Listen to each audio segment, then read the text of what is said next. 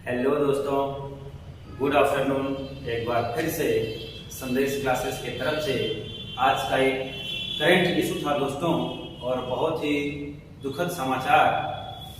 तो हमने सोचा कि आपको इसकी जानकारी दे दी जाए एक वीडियो के माध्यम से, और आपके लिए बहुत जरूरी भी है ना, आपके लिए बहुत जरूरी भी है। आज हमारे देश ने अपना एक बेशकीमती हीरा खो दिया, जिससे आज हमारे ही क्या, भारत ही क्या, पूरा विश्व आज इस महान खिलाड़ी के अलविदा कहने के बाद शोक के लहर में डूबा हुआ है। भारत नहीं, पूरा विश्व, क्योंकि आज पूरा विश्व, पूरे विश्व से शोक संवेदनाएं मिल्खा सिंह के लिए आ रही हैं। ये नाम किसी परिचय का मोहताज नहीं दोस्तों, भारत के जुबान पे ये नाम है, जब से पिक्चर बनी थी भाग मिल्खा भाग ना दोस्तों। चलिए ठीक है, बहुत ही दुखद समाचार है, लेकिन क्या करेंगे, हमें तो इसके बारे में जानकारी भी लेनी है। इसलिए मैं सोचा कि एक वीडियो के माध्यम से मिल्खा सिंह के जीवन पे प्रकाश डालते हैं और उनके जीवन से संबंधित सारे तथ्यों को आपके सामने हमने रखने का प्रयास किया है। ठीक है दोस्तों, चलिए स्टार्ट करते हैं इस कड़ी में। और हमने बिल्कुल इनके प्रारंभिक दिनों से, जन्म से लेकर के इसको स्टार्ट किया है, ताकि इनके बारे में आप सब कुछ एक ही वीडियो में जान जाएं, आपके मन में कोई भी संशय न रहे इनके टॉपिक को लेकर। ठीक है दोस्तों, चलिए स्टार्ट करते हैं दोस्तों। क्या पहली बात तो यही कि इनका नाम, जैसा कि आप देख रहे हैं, लिखा है जय हिंद जय भारत, नहीं रहे भारत के एक महान नायक, क्योंकि ये भारत के नायक, भारत में नायक के तौर पे गिने जाते हैं। नायक इसलिए क्योंकि पहली बार भारतीय एथलीटों का प्रतिनिधित्व किया था मेलबर्न में इन्होंने भारत की तरफ से, इसलिए इनको नाम क्या दिया है, नायक मिल्खा सिंह, है ना। ठीक है दोस्तों, आइए स्टार्ट करते हैं। जैसा कि यहाँ पे लिखा है नाम, तो इनका नाम क्या था दोस्तों, मिल्खा सिंह इनका नाम था। क्या नाम था, मिल्खा सिंह इनका नाम था। इनका जन्म, अगर इनके जन्म की तारीख की बात करें तो 20 नवंबर 1929, 20 नवंबर 1929 को इनका जन्म हुआ था। और बात करें स्थान, तो उस स्थान का नाम है गोविंदपुरा। स्थान का नाम क्या है दोस्तों, गोविंदपुरा, और वो जिला पड़ता है मुजफ्फरगढ़। जिला कौन सा, मुजफ्फरगढ़, यानी गोविंदपुरा गांव में मुजफ्फरगढ़ जिले में इनका जन्म हुआ था। और वर्तमान में यह जो समय है, जो स्थान है दोस्तों, सॉरी, ये जो स्थान है पाकिस्तान में, वर्तमान में कहाँ पे है, पाकिस्तान में है यह मुजफ्फरगढ़। स्थान की बात करें तो गोविंदपुरा में इनका जन्म हुआ था, मुजफ्फरगढ़ पाकिस्तान में है। ठीक है दोस्तों, ओके। बात करें इनके पिता का नाम, तो इनके पिता का नाम क्या था दोस्तों, हमने यहाँ पे लिखा है इनके पिता का नाम है संपूर्ण सिंह। पिता का नाम क्या है, संपूर्ण सिंह। वह पेशे से एक किसान थे, वो पेशे से क्या थे, एक किसान थे दोस्तों। और इनकी माता का नाम चवाली कौर था। माता का नाम क्या था दोस्तों, चवाली कौर था। वह एक गृहिणी थी, वो एक क्या थी, गृहिणी। बिल्कुल एक साधारण परिवार में इनका जन्म हुआ था मिल्खा सिंह का 20 नवंबर 1929 ईस्वी को दोस्तों। ठीक है दोस्तों, अब जन्म के कुछ ही समय बाद इनके साथ वह भयावह घटना होती है, जिसकी मात्र कल्पना करने से आप सिहर जाएंगे, रोम रोम उस शोक लहर में डूब जाएगा। मात्र उसकी कल्पना करिए। और जिस लड़के ने इतनी कम उम्र में उस भयावह घटना को अपनी आंखों के सामने देखा, अपने परिवार के लोगों को अपने सामने खोते हुए देखा, बचा नहीं पाए। सोचिए उनके सीने में कितना दर्द रहा होगा, कितनी वेदना रही होगी, जिसको आप शायद महसूस भी न कर पाते हैं। कहते हैं ना, जाके पैर में फटी बेवाई ताका जाने पीर पर आई, यानी जिसके पैर में फटे नहीं है, जिसके पैर फटे नहीं है, वो क्या जानेगा दर्द कैसा होता है। ठीक है, हम तो बस महसूस कर सकते हैं दोस्तों। कैसे, देखिए, जब 1947 में भारत और पाकिस्तान का विभाजन हुआ, वो विभाजन का दौर था, जब आप पढ़ते हैं, है ना दोस्तों, विभाजन का दौर था। और आप जानते हैं कि क्या पॉलिटी पढ़ते हैं, संविधान पढ़ते हैं, मुस्लिम लीग इस मांग पे अड़ी थी कि जब तक पाकिस्तान एक अलग मुस्लिम राष्ट्र नहीं बनता है, हम कोई भी समझौता करने के लिए तैयार नहीं है। और मुस्लिम लीग ने उस समय दोस्तों, खैर ये विषय नहीं, लेकिन आपको थोड़ी सी जानकारी दे देते हैं। मुस्लिम लीग के कहने पर ही भारत में प्रत्यक्ष कार्यवाही दिवस मनाया जाने लगा। और प्रत्यक्ष कार्यवाही दिवस में क्या हुई, पूरा विश्व जानता है, सारे लोग जानते हैं कि हिंदू और मुस्लिम आपस में तकरार में आ गए और लोगों को काटा जा रहा था, जिंदा लोगों को काटा जा रहा था, जलाया जा रहा था। ये स्थिति थी हमारे देश में 1947 में। उसी भयावह घटना के शिकार हुए हमारे देश के महान सपूत मिल्खा सिंह भी। क्या होता है 1947 में बंटवारे के समय, सोचिए, क्योंकि ये जगह अब कहां पड़ता है, पाकिस्तान में पड़ता है, गोविंदपुरा। उस स्थान पे तथाकथित उन पाकिस्तानियों द्वारा इनके सामने ही, सोचिए कितना दुखद मंजर रहा होगा वो, जब मिल्खा सिंह के सामने ही, सोचिए, उनके माँ को, उनके बाप को, उनके एक भाई को और उनकी 2 बहनों को उनके सामने ही क्या कर दिया गया दोस्तों, जिंदा जला दिया गया। सोचिए कितने पत्थर दिल हो गए होंगे उस समय। मिल्खा सिंह चाह करके भी कुछ न कर पाए जब उनके सामने उनके माँ बाप को, एक भाई को और 2 सगी बहनों को अपने सामने उन्होंने जिंदा जलते हुए देखा था। और कहते हैं 15 भाई बहन थे ये कुल 15 भाई बहन थे। उनमें से ये 3 भाई बहन, मतलब एक भाई और 2 बहन, माँ और बाप, 5 लोगों को अपने परिवार के जिंदा अपने सामने जलते हुए देखा था। सोच लीजिए कैसे बर्दाश्त किया होगा मिल्खा सिंह ने। फिर कहते हैं किसी तरह से वो पाकिस्तान से आने वाली ट्रेन में महिला बोगी में चढ़े और महिला बोगी में वो भी बैठे नहीं दोस्तों, एक सीट के नीचे छुप गए। कहां छुप गए? सोचिए मंजर कितना भयावह रहा होगा जब महिला बोगी में चढ़ते हैं और एक सीट के नीचे छिपकर ये किसी तरह अपनी जान बचा करके कहां पहुंचते हैं दोस्तों? दिल्ली पहुंचे। किसी तरह सीट के नीचे छिप करके अपनी जान बचा करके दिल्ली पहुंचे। कुछ दिन तक जो शरणार्थी शिविर होते हैं कि जो पाकिस्तान से भाग करके भारत आए हैं हिंदू, जो यहाँ रहना चाहते हैं, उनके लिए दिल्ली में एक क्या लगा था? शिविर लगा था। कुछ दिन तक ये उसी शिविर में अपना जीवन यापन करते हैं। फिर उसके बाद क्या करते हैं? दिल्ली में ही, सोचिए, ये बहुत सारी बातें बताएंगे आपको। दिल्ली में ही ये ढाबे पर जाते हैं और ढाबे पर बर्तन भी साफ किया इन्होंने। दिल्ली के स्टेशन के किनारे जो ढाबे हैं, उन ढाबों पर इन्होंने अपना पेट भरने के लिए ढाबे पर बर्तन भी साफ किया। कुछ समय वहीं बिताया, बर्तन भी साफ किए। फिर दिल्ली में उनकी एक बहन थी, उनके पास पहुंचे और तब बाद में कहा था मिल्खा सिंह ने, जब सेना में भर्ती हुए, उन्होंने कहा था जब पेट में भूख लगी हो ना साहब, तब देश याद नहीं आता है। जब पेट में भूख लगी हो तब देश याद नहीं आता है, पहले तो मजबूरी है पेट की भूख मिटाया जाए। और तब कहते हैं ढाबे पर बर्तन भी साफ किया। कुछ दिन बीते, फिर बहन के पास आए, वहां रहे और कहते हैं उसके बाद उनके स्कूल की पढ़ाई शुरू होती है। और कहते हैं जब दिल्ली में वो जहां पढ़ा करते थे, घर से स्कूल की जो दूरी होती थी दोस्तों 10 किलोमीटर की होती थी। उनके घर से स्कूल की दूरी कितनी होती थी?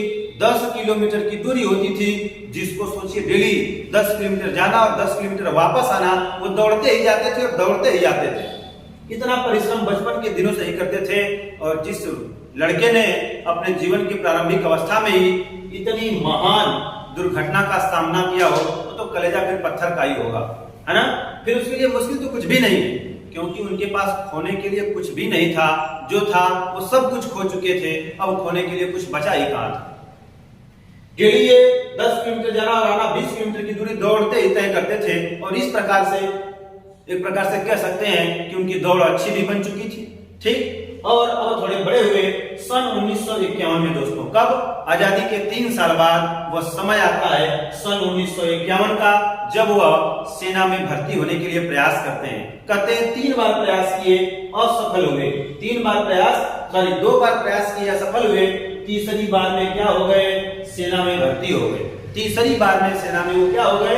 भर्ती हो गए। और सेना में भर्ती होने के बाद, क्योंकि दौड़ उनकी अच्छी थी, वर्ष 1955 में सेना में दौड़ प्रतियोगिता का आयोजन होता है। क्या होता है? देखिए मैं यहाँ पे लिखा है 1955 में सेना में दौड़ प्रतियोगिता का आयोजन होता है। ये भी उसमें भाग लेते हैं, दूसरे नंबर पर आते हैं। लेकिन वहीं पर सेना के एक हवलदार थे जिनका नाम था गुरुदेव सिंह। उनका नाम क्या था? गुरुदेव सिंह ने कहा, मिल्खा, तुम्हारे अंदर वो ताकत है, तुम विश्व इतिहास रच सकते हो। अब तुम क्या करो? खेलों में भाग लो, अपनी दौड़ को और बढ़ाओ। और कहते हैं तभी से मिल्खा सिंह ने इन्हीं से ट्रेनिंग लेना स्टार्ट कर दिया। इनके पहले ट्रेनिंग मास्टर कौन बने? हवलदार गुरुदेव सिंह बने। दोस्तों यहाँ पे नाम लिखा है, कौन बने? हवलदार गुरुदेव सिंह। इनके पहले एक तरह से ट्रेनिंग अधिकारी कह सकते हैं बने, और उनसे उन्होंने ट्रेनिंग लेना स्टार्ट कर दिया। और अगले ही साल वो समय आता है 1956 का। कब का? 1956 का, जब मेलबर्न ऑस्ट्रेलिया में दोस्तों, है ना, मेलबर्न ऑस्ट्रेलिया में होता है दौड़ प्रतियोगिता, और वहां पर भारत की तरफ से भारत का प्रतिनिधित्व मिल्खा सिंह ने किया।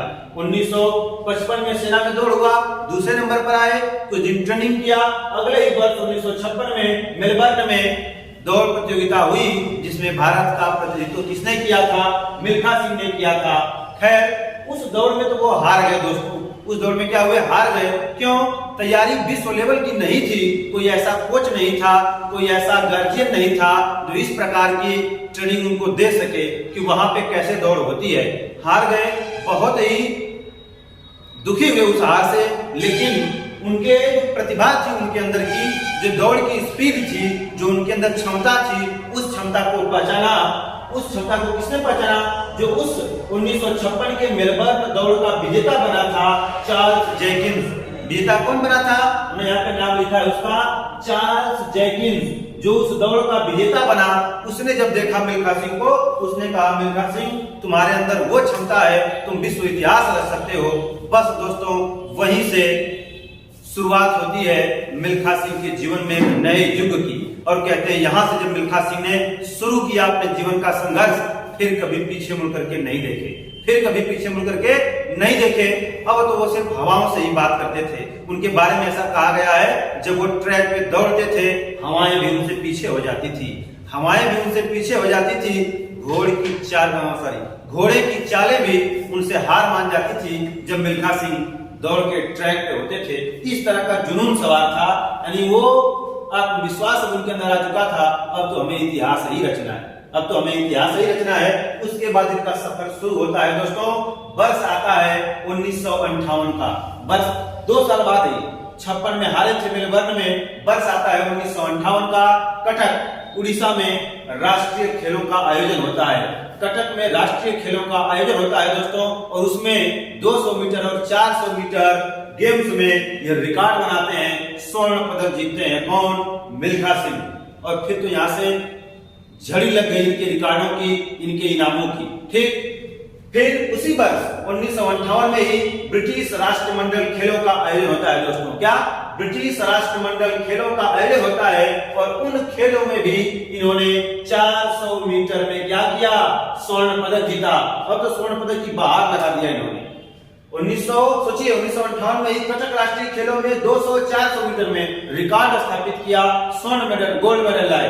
फिर 1958 में ब्रिटिश राष्ट्रमंडल खेलों में भी 400 मीटर दौड़ में स्वर्ण पदक जीते। और 1958 में ही दोस्तों क्या हुआ? टोक्यो में, जानते हैं टोक्यो कहां पड़ता है?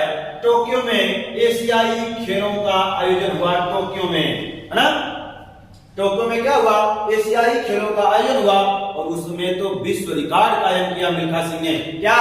400 मीटर की दौड़ को 45.8 सेकंड में ही पूरा कर दिया। 400 मीटर की दौड़ को 45.8 सेकंड में ही तय करके एक रिकॉर्ड स्थापित किया, पूरे विश्व में भारत के परचम को लहरा दिया। ठीक है, अब क्या हुआ दोस्तों? 1958 में ना जीते। इस प्रकार से राष्ट्र, ध्यान से देखिएगा, ये क्वेश्चन आपके लिए बहुत महत्वपूर्ण बन सकता है। राष्ट्रमंडल खेलों में स्वर्ण पदक जीतने वाले आजाद भारत के पहले खिलाड़ी बने थे। यानी भारत जब आजाद हुआ 1947 के बाद, ये भारत के पहले ऐसे एथलीट थे जिन्होंने 1958 में राष्ट्रमंडल खेलों में स्वर्ण पदक जीता था। यह भारत के पहले ऐसे खिलाड़ी बन गए। कौन? मिल्खा सिंह बन गए दोस्तों, आजाद भारत के पहले खिलाड़ी जिन्होंने राष्ट्रमंडल खेलों में क्या जीता है? स्वर्ण पदक जीता है। ये बहुत महत्वपूर्ण है आपके लिए। अगला क्या है? अब ठीक 2 साल बाद वह वर्ष आता है 1960 का दोस्तों। ध्यान से सुनिएगा, ये कहानी बहुत ही महत्वपूर्ण आयाम तय करती है मिल्खा सिंह के जीवन में और पाकिस्तान के इतिहास में। वर्ष आता है 1960 का, जब पाकिस्तान में एक दौड़ प्रतियोगिता का आयोजन होता है। दोस्तों, पाकिस्तान में एक दौड़ प्रतियोगिता का आयोजन किया जाता है वर्ष 1960 में। उसमें भारत की तरफ से मिल्खा सिंह को कहा जाता है भाग लेने के लिए। ध्यान से सुनिएगा, लेकिन मिल्खा सिंह ने इनकार कर दिया। क्या? अब आप कहेंगे इतना बड़ा शेर आखिर इस दौड़ की प्रतियोगिता में जाने से इनकार क्यों कर दिया? तो बता रहे हैं उसके पीछे की घटना। वर्ष 1960 में जब पाकिस्तान में दौड़ खेलों का आयोजित किया गया, मिल्खा सिंह को कहा गया भारत का प्रतिनिधित्व करने के लिए। मिल्खा सिंह ने इनकार कर दिया, मैं नहीं जाऊंगा पाकिस्तान, मैं भाग लेना नहीं चाहता हूं इस खेल में। तब आखिर क्यों? उन्होंने इसलिए कहा था कि जिस पाकिस्तान ने हमारे सामने हमारे माँ बाप को, हमारे भाई बहनों को जिंदा जला दिया, उस देश में मैं कदम रखना पसंद नहीं करूंगा, मैं पाकिस्तान में नहीं जाऊंगा। और तब कहते हैं दोस्तों, वो इतना व्यथित थे इस वेदना को लेकर के, मानने को तैयार नहीं थे। तब उस समय हमारे देश के पहले प्रधानमंत्री पंडित जवाहरलाल नेहरू ने बहुत आग्रह किया, किससे? मिल्खा सिंह से। कहा मिल्खा जाओ।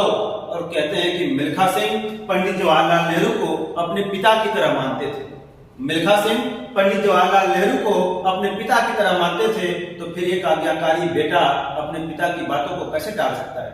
और आखिरकार पंडित जवाहरलाल नेहरू के कहने पर मिल्खा सिंह कहां पहुंचे? पाकिस्तान। और जो आग यहां लगी थी सीने में, उसी आग को निकाला पाकिस्तान में। जो आग पाकिस्तान ने यहां लगाई थी उनके सामने, आग तो वही धधक रही थी सीने में। किसी मौके का इंतजार था और वो मौका मिला 1960 में पाकिस्तान की धरती पर, जब पाकिस्तान में वो रेस आयोजित की गई।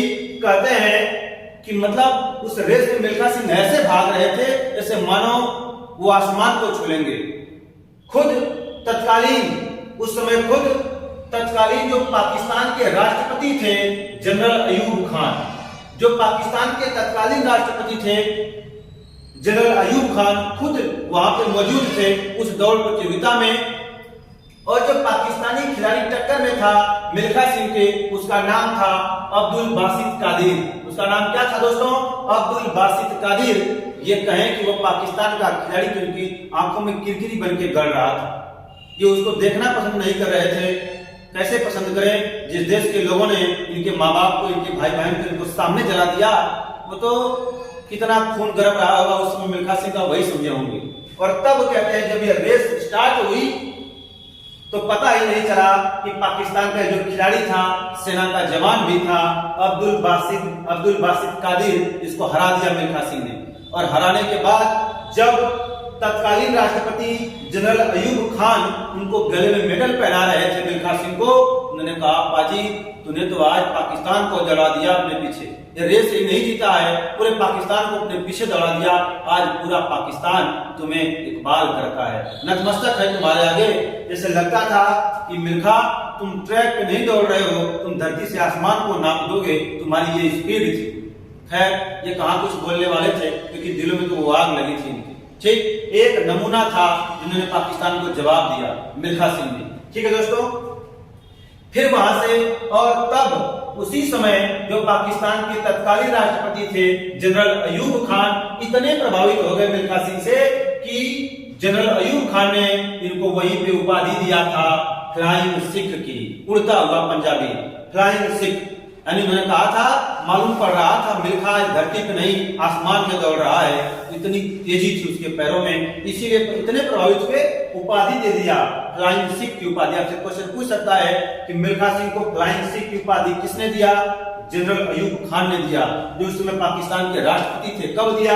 1960 में दिया, जब पाकिस्तान में दौड़ प्रतियोगिता का आयोजन किया गया था दोस्तों। ठीक है, हम आशा करते हैं ये सारी बातें आपको बहुत अच्छे तरीके से समझ में आ गई होंगी। हम आगे बढ़ते हैं इस कड़ी में। अब क्या हुआ दोस्तों?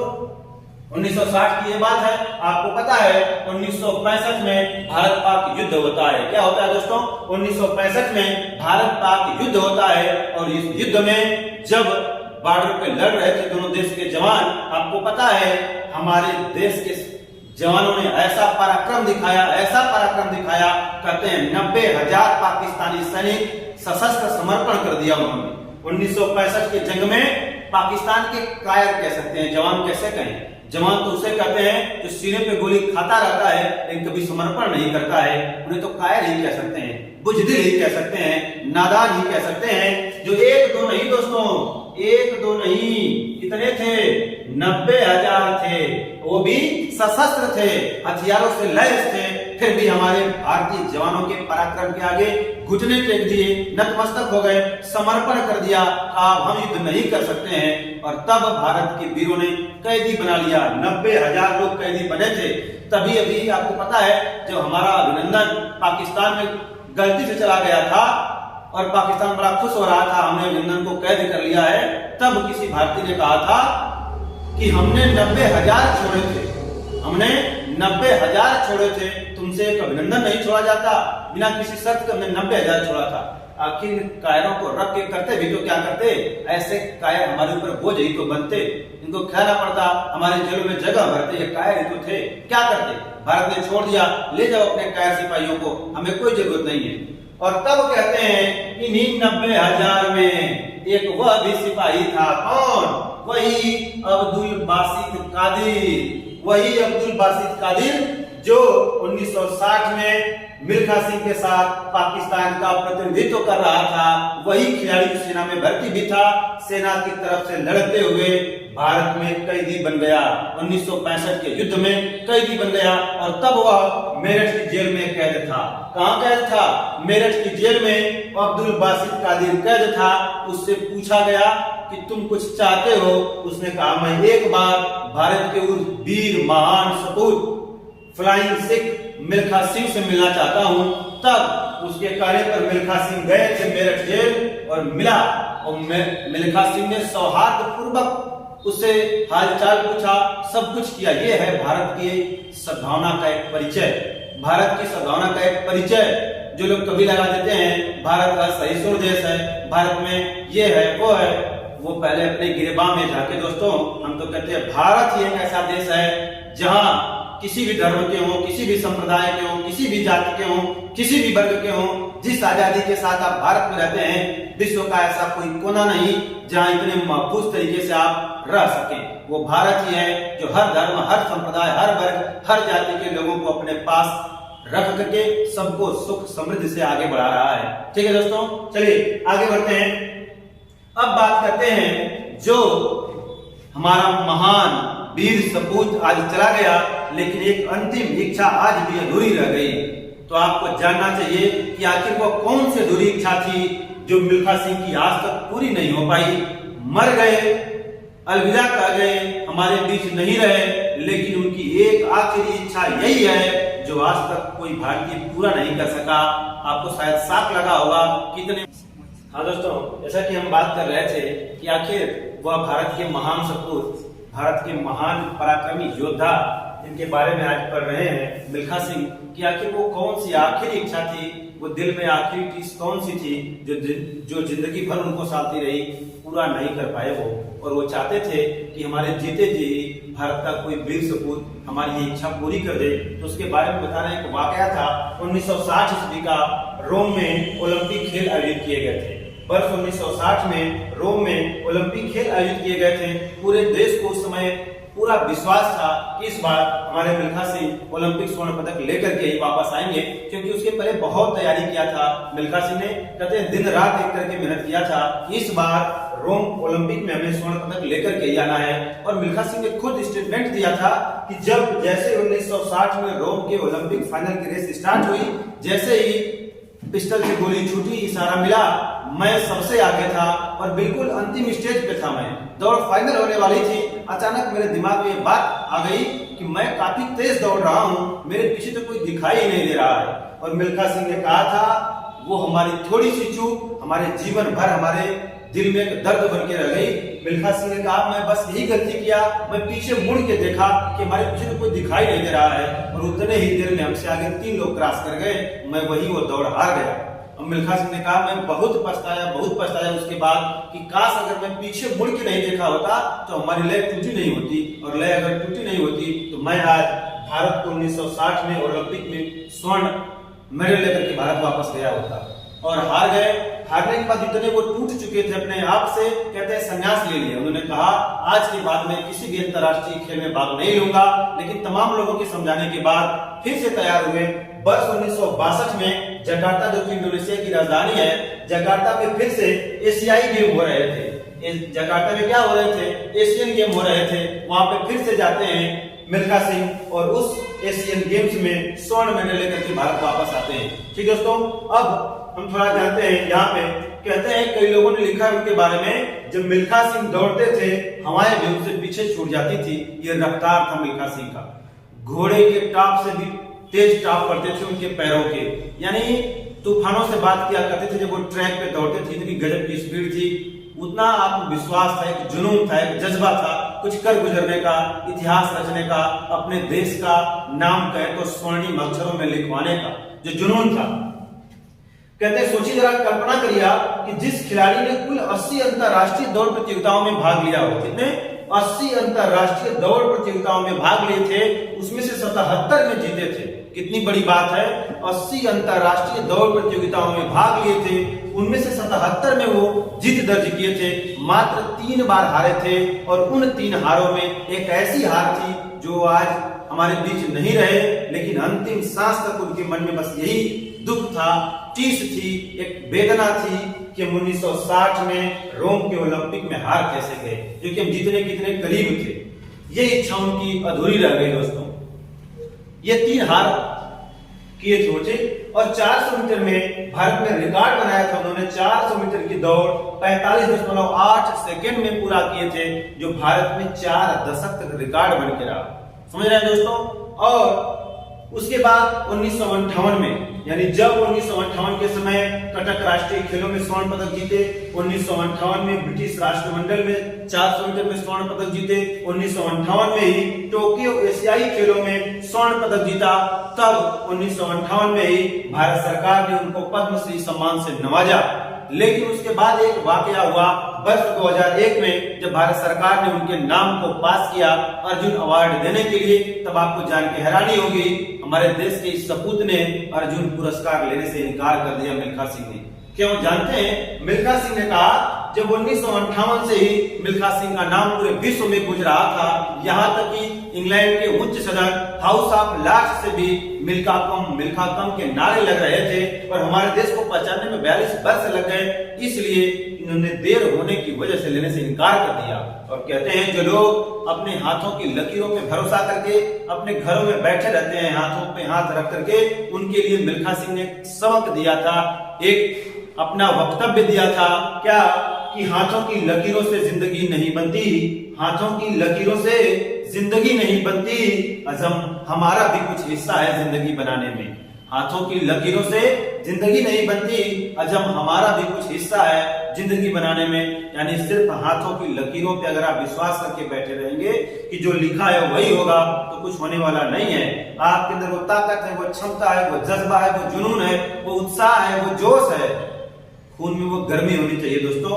आप क्या नहीं कर सकते हैं, अपने मेहनत से आप विश्व को झुका सकते हैं अपने कदम तलों पर। और इन बातों को चरितार्थ किया था मिल्खा सिंह ने। और किसी महापुरुष ने कहा है, वो 2 लाइन सटीक बैठती है मिल्खा सिंह के नाम के आगे, क्या कि कुछ ऐसा, कुछ कर ऐसा कि दुनिया बनना चाहे तेरे जैसा। फिर से सुनिए, कुछ कर ऐसा कि दुनिया बनना चाहे तेरे जैसा। ये सटीक शब्द बैठते हैं मिल्खा सिंह के नाम के आगे। और कहते हैं कि संघर्ष के खदान से निकला यह हीरा, इस संघर्ष से तो निकले थे।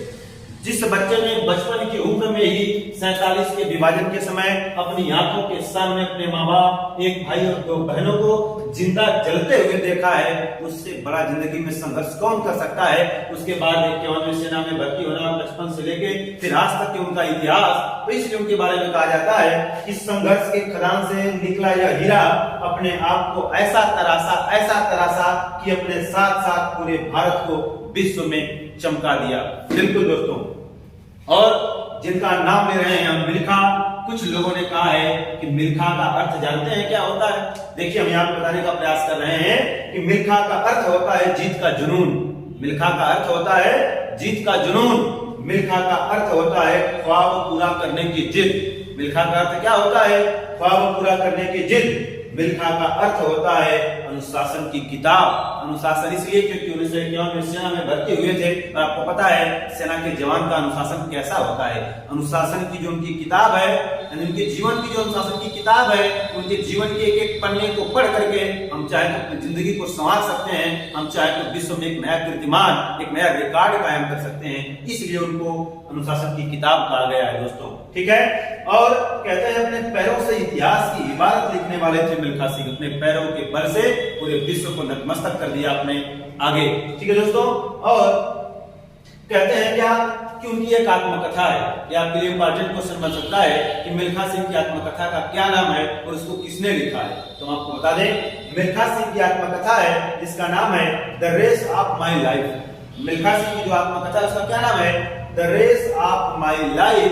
इसको किसने लिखा है, तो इसको खुद मिल्खा सिंह और उनकी बेटी, इनका नाम है सोनिया सबंका, है ना।